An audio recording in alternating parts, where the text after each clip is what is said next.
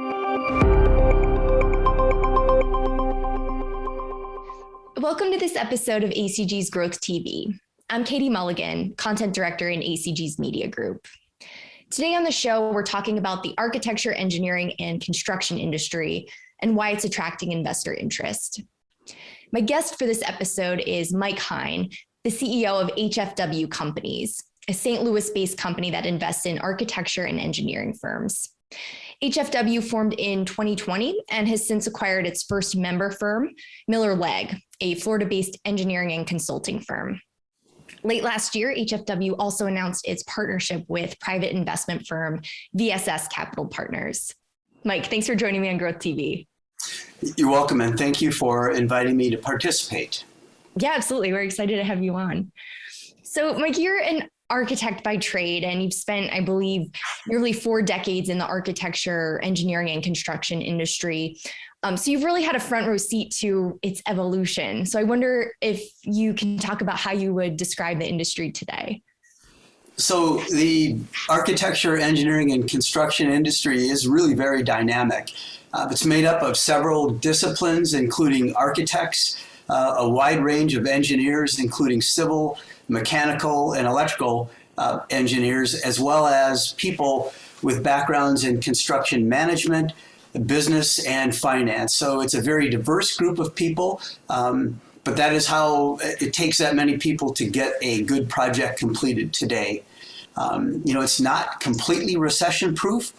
I think sometimes the architecture industry and the housing industries experience more larger gaps in terms of workload. Civil engineering does tend to have a more steady industry or response to recessions because of the essential services that are provided for water and transportation in most cases. The other element to recessions is typically the federal government responds with some type of a program. There was a program put in place in the 2010s that helped bring work back to the industry. Then we look back through the COVID-19 crisis with the PPP dollars that were provided to all companies, but the AEC industry did benefit from that. And then again, the recent passing of the infrastructure bill will really help our industry stay stable for the next couple of years, for sure. Mm-hmm. In recent years, we've had, superstorm events, fires, droughts, flooding. There's been a lot of weather activity, which I'm sure impacts this industry. So can you talk, Mike, about how that's affecting your space? Certainly. So the problems that we face in our built environment are increasingly more complicated, and the need for more sustainable long-term design and engineering solutions are definitely on the forefront. The challenges with the weather pattern impact building codes, life safety. So we need to make our facilities and our roads and really all of these systems just more resilient to respond to these changes in weather patterns. You think about a drainage system that doesn't have the capacity to take on a normal storm from maybe 50 years ago, but today we're experiencing rains that bring several more inches than were ever designed for in these systems, and that's what's creating the flooding problem. Again, engineering and architecture companies are the folks who solve these kinds of problems, and that really helps drive the demand for these services over the next several years as the weather patterns change, as the building codes are updated to respond to these phenomena. And so you formed HFW 2 years ago. Can you tell us a little bit more about the company and kind of how it fits into the broader industry ecosystem? Certainly. So my partners and I formed HFW in January of 2020. We were very excited about our prospects. Of course, we can talk a little bit about the impact of COVID-19 crisis. We are a professional services company, and we're strategically investing in engineering and architecture firms to partner with who operate in larger metropolitan areas, are focused on serving the infrastructure markets, and as well as being open to aligning with a partner for growth that will help them transition their business. Our focus is civil engineering and the aligning services such as land surveying, architecture, landscape architecture, environmental, water resources, and urban planning. You know, one significant outcome in 2021 is our partnership with VSS. They have really helped us grow our business. Their expertise in supporting companies like ours that are doing a roll-up strategy has been very beneficial. And it's also helped my partners and I flex our experience as operators in the AE industry. You mentioned your roll-up strategy. Why is now a good time to invest in this industry and to partner with architecture and engineering firms like you're doing at HFW?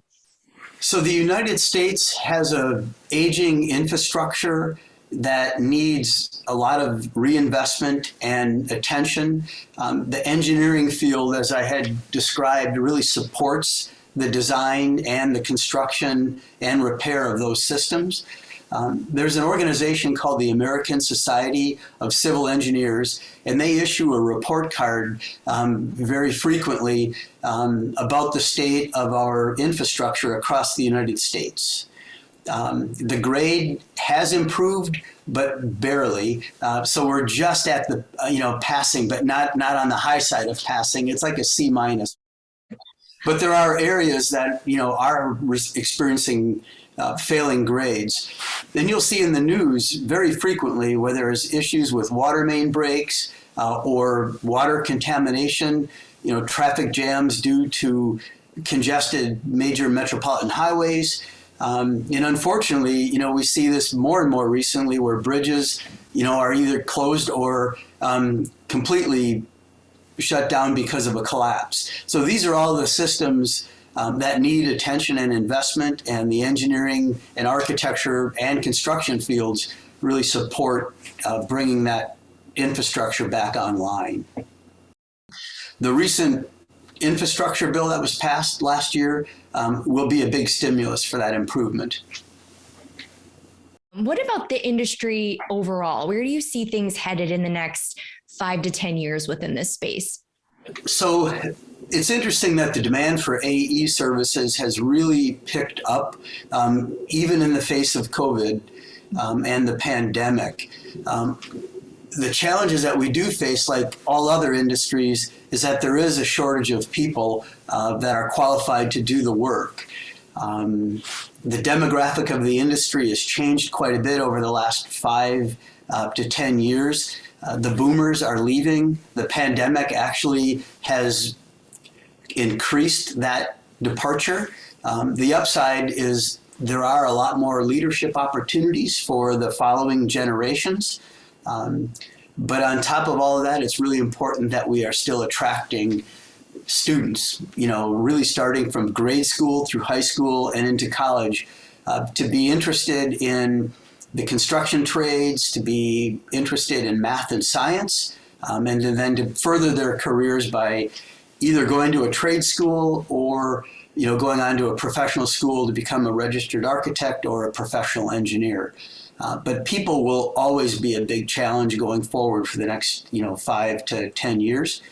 The industry will see a lot more involvement from technology, whether that's more computer-aided design and drawing, computer modeling, the entrance to artificial intelligence to help drive how systems operate, and then the use of drones for survey. So technology will become a much larger component of our business. All right, great. Well, we'll wrap it up there for today. Mike, thank you so much for joining me on GrowthTV. Okay, thank you. It was an absolute pleasure, and I appreciate the time with you today.